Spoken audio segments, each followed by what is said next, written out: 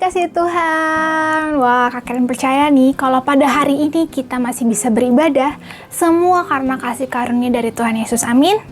Yuk kita satukan hati kita dalam doa. Tuhan Yesus, terima kasih ya Tuhan untuk kesempatan bagi kami untuk tetap beribadah pada hari ini ya Bapa. Tuhan tolong kami Tuhan, siapkan hati kami, siapkan pikiran kami untuk mendengar firman-Mu Tuhan.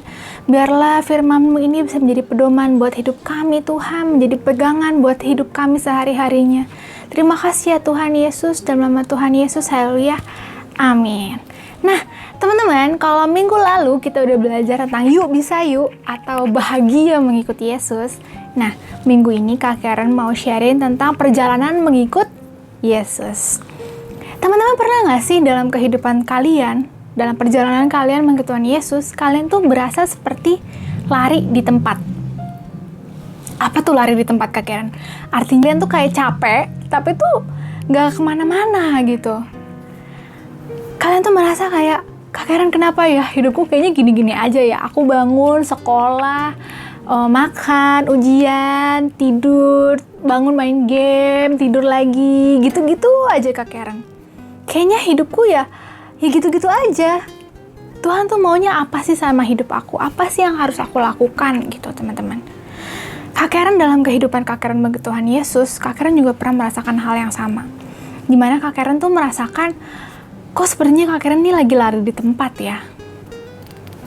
Apa yang harus Kak Karen lakukan ya? Nah, Kak Karen akan mulai dengan satu kesaksian dari hidup Kak Karen ya.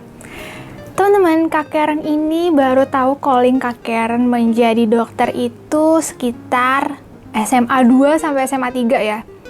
Jadi kalau teman-teman sekarang belum tahu apa tujuan hidup kalian, calling hidup kalian, tidak apa-apa. Kak Karen juga baru tahu pas SMA 2 ke SMA 3 waktu itu ya.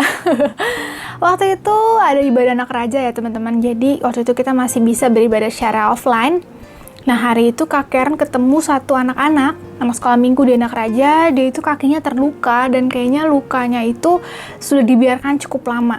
Dan Kak Karen lihat lukanya itu lumayan parah, tapi dibiarkan gitu aja teman-teman.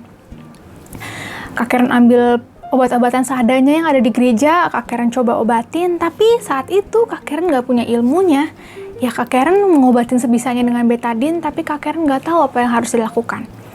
Sehingga sejak itu Kak Karen memutuskan Kak Karen harus belajar lebih lagi, Kak Karen harus sekolah supaya Kak Karen tahu bagaimana caranya menolong anak-anak yang seperti ini, bagaimana caranya menolong orang-orang yang kesakitan tapi nggak punya biaya, tapi nggak punya fasilitas untuk diobati gitu. Nah, Kak Karen baru tahu tuh kalau Kak Karen menjadi dokter. Seiring perjalanan mengikuti Tuhan Yesus, Kak Karen kuliah, Kak Karen koas, akhirnya Kak Karen selesai kuliah sebagai dokter, sekolah sebagai dokter. Akhirnya di tahun 2019 Kak Karen mendapatkan gelar sebagai dokter. Wah, seneng banget ya teman-teman ya, udah siap nih praktek gitu ya untuk menolong orang gitu ya. Tapi ternyata yang terjadi adalah pandemi teman-teman. Ketika Kak Karen baru lulus kuliah jadi dokter, udah dapat gelar DR, pandemi terjadi dan Kak Karen gak boleh praktek sama keluarga Kak Karen. Wah, saat itu teman-teman, itu benar-benar Kak Karen tuh sangat kecewa.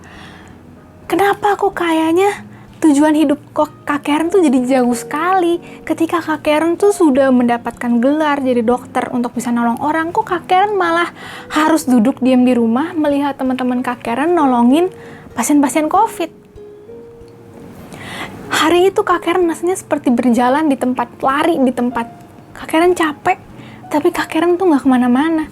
Kak Karen gak bisa mencapai calling Kak Karen gak bisa mencapai tujuan Kak Karen dalam mengikuti Tuhan Yesus. Nah, teman-teman, dalam perjalanan Kak Karen itu, Kak Karen belajar banyak hal. Dan hal-hal ini mau Kak Karen sharingkan kepada teman-teman. Yang pertama, kalau kalian mengalami kejadian seperti itu, seperti Kak Karen, dimana kok kayaknya tujuan hidup kalian itu jadi jauh. Kok tujuan hidup kalian itu sulit digapai. Kok kayaknya teman-teman berjalan di tempat tanpa tahu tujuannya kemana. Apa yang Tuhan melakukan sama hidupku sekarang. Yang pertama, yang teman-teman harus tanamkan dalam diri teman-teman adalah we have to trust His purpose, atau kita harus percaya kepada tujuan Tuhan dalam hidup kita teman-teman. Tujuan Tuhan dalam hidup kita ini, per orang ini berbeda-beda, teman-teman. Tujuan hidup kita sama tujuan hidup Maudy Ayunda nih. Kan sekarang lagi heboh ya, semua orang pengen jadi Maudy Ayunda atau pengen jadi mamanya Maudy Ayunda gitu kan. Tapi tujuan hidup kita, teman-teman, itu berbeda sama Maudy Ayunda. Calling kalian dengan calling teman kalian itu berbeda. Kalian gak bisa menyamakan hidup kalian, membanding-bandingkan hidup kalian dengan teman-teman kalian. Nah, apa sih sebenarnya tujuan hidup kita? Yuk kita baca yuk ayatnya. Ayatnya ada di Kolose 3 ayat 1 sampai 4. Kolose 3 ayat 1 sampai 4 kita bacain ya sama-sama ya. Karena itu, kalau kamu dibangkitkan bersama dengan Kristus, carilah perkara yang di atas, di mana Kristus ada, duduk di sebelah kanan Allah. Ayat 2, pikirkanlah perkara yang di atas, bukan yang di bumi. Ayat ketiga, sebab kamu telah mati dan hidupmu tersembunyi bersama dengan Kristus di dalam Allah. Yang keempat, apabila Kristus yang adalah hidup kita menyatakan diri kelak, kamu pun akan menyatakan diri bersama dengan Dia dalam kemuliaan. Nah, apa sih Kak Karen maksudnya dari ayat-ayat ini? Mungkin teman-teman bingung ya. Di ayat ini ditulis bahwa carilah perkara yang di atas, pikirkanlah perkara yang di atas. Maksudnya apa teman-teman? Maksudnya adalah tujuan dari kita hidup ini adalah untuk perkara yang di atas. Artinya apa? Untuk memuliakan nama Tuhan, teman-teman. Hidup kita ini bukan untuk diri kita sendiri. Hidup kita ini bukan untuk menyenangkan diri kita sendiri, bukan untuk berprestasi supaya menjadi kebanggaan diri kita sendiri. No, hidup kita ini adalah untuk kemuliaan nama Tuhan. Oleh sebab itu teman-teman, ketika Kak Karen saat ini seakan-akan berhenti jadi dokter dan Kak Karen dipercayakan untuk menjadi editor, sekarang teman-teman kalau lihat video-video di MKD itu semua Kak Karen yang ngedit, teman-teman ya. Kak Karen dipercayakan menjadi editor untuk ngedit video. Loh, dokter kok jadi ngedit video gitu kan? Seakan-akan Kak Karen tuh lari dari panggilan Kak Karen. Tapi enggak, teman-teman. Panggilan kita yang sesungguhnya adalah memuliakan nama Tuhan. Jadi kalau Kak Karen hari ini dikasih kepercayaan untuk ngedit video instead of jadi dokter, selama itu memuliakan nama Tuhan, itu tetap menjadi tujuan hidup Kak Karen.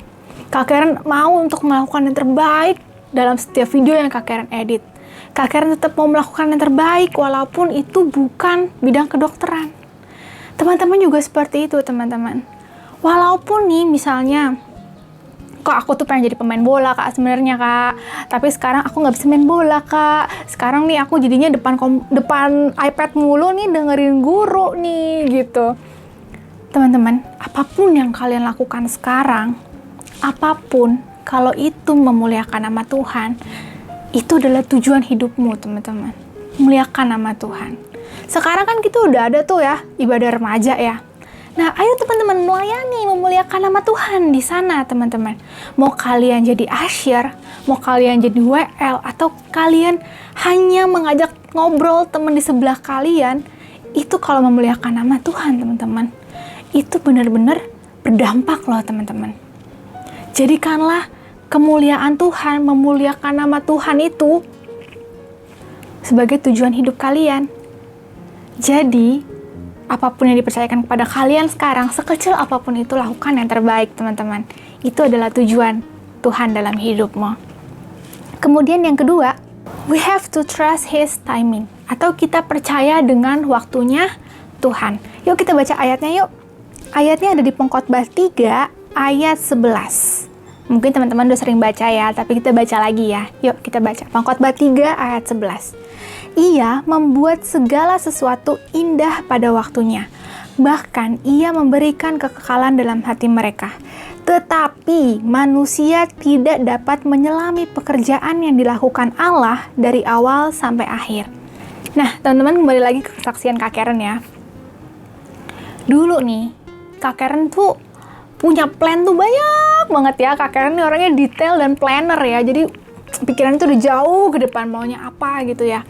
Kak Karen tuh udah punya rencana tuh, abis kuliah Kak Karen mau koas, abis koas Kak Karen mau internship, abis internship Kak Karen mau nikah, abis Kak Karen nikah Kak Karen mau spesialis, wah banyak gitu ya teman-teman.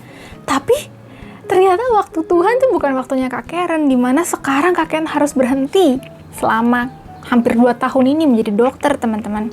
Saat itu Kak Karen punya 2 pilihan. Apakah Kak Karen akan kecewa dengan waktunya Tuhan, atau Kak Karen akan percaya bahwa waktu Tuhan yang terbaik? Puji Tuhan sampai saat ini Kak Karen masih percaya bahwa waktu Tuhan yang terbaik. Begitu juga dengan teman-teman. Teman-teman, kita harus percaya waktu Tuhan itu adalah yang terbaik. Di Alkitab, teman-teman, itu ada seorang anak muda yang waktu muda dia diurapi Tuhan, tapi dia kembali lagi jadi gembala domba. Siapa namanya? Daud. Daud itu diurapi Tuhan menjadi raja itu waktu mukanya kemerah-merahan, artinya umur belasan tahun, teman-teman. Tapi setelah diurapi, apakah dia langsung jadi raja? Enggak, teman-teman. Itu ada waktu, teman-teman. Sekian waktu ketika dia sudah diurapi jadi raja, dia balik lagi loh jadi gembala. Sekian waktu dia harus dikejar-kejar Saul, sekian waktu dia harus berperang melawan negara-negara lain, sampai pada akhirnya umur 30 dia menjadi raja. Itu tuh ada waktunya, teman-teman. Dan kita harus percaya juga, seperti Daud yang percaya dengan waktunya Tuhan, kita juga harus percaya dengan waktunya Tuhan. Amin? Amin. Oke, yang ketiga dan yang terakhir, we have to trust His process, atau kita nih harus percaya dengan prosesnya Tuhan.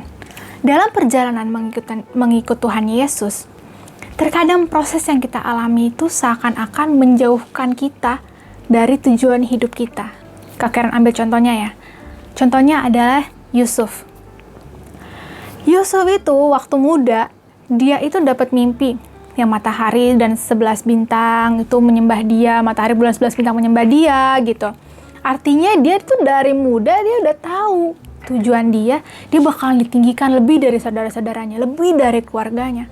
Tapi apa yang terjadi, teman-teman? Dia diproses sebagaimana rupa dari anak yang dikasihi, dijual sebagai budak, udah jadi budak, dia difitnah, dia masuk penjara, di penjara dia nolongin orang tapi dilupain. Waduh, itu prosesnya itu sepertinya menjauhkan dia dari tujuan hidup dia. Tapi seperti yang kita baca di Alkitab, pada akhirnya ternyata proses yang dia alami itu membawa dia kepada tujuan hidup dia. Kita kembali kepada ayat yang tadi ya, teman-teman. Di Pengkhotbah 3 ayat 11. Di kalimat terakhirnya tulisannya gini, manusia tidak dapat menyelami pekerjaan yang dilakukan Allah dari awal sampai akhir. Terkadang kita sebagai manusia ini terbatas banget ya, teman-teman. Kita cuma bisa melihat secuplik-secuplik dari kehidupan kita ya. Kak, kok kalau Tuhan bilang di Alkitab masa depan aku akan cerah, kenapa sekarang aku susah? Kenapa nilai matematika aku nggak pernah naik? Kenapa aku nggak lulus SNMPTN, Kak? Kenapa aku nggak lulus masuk sekolah negeri, Kak? Kenapa begini? Kenapa begitu, Kak? Seakan-akan tuh proses kita itu menekan kita ke bawah gitu. Tapi enggak loh, teman-teman.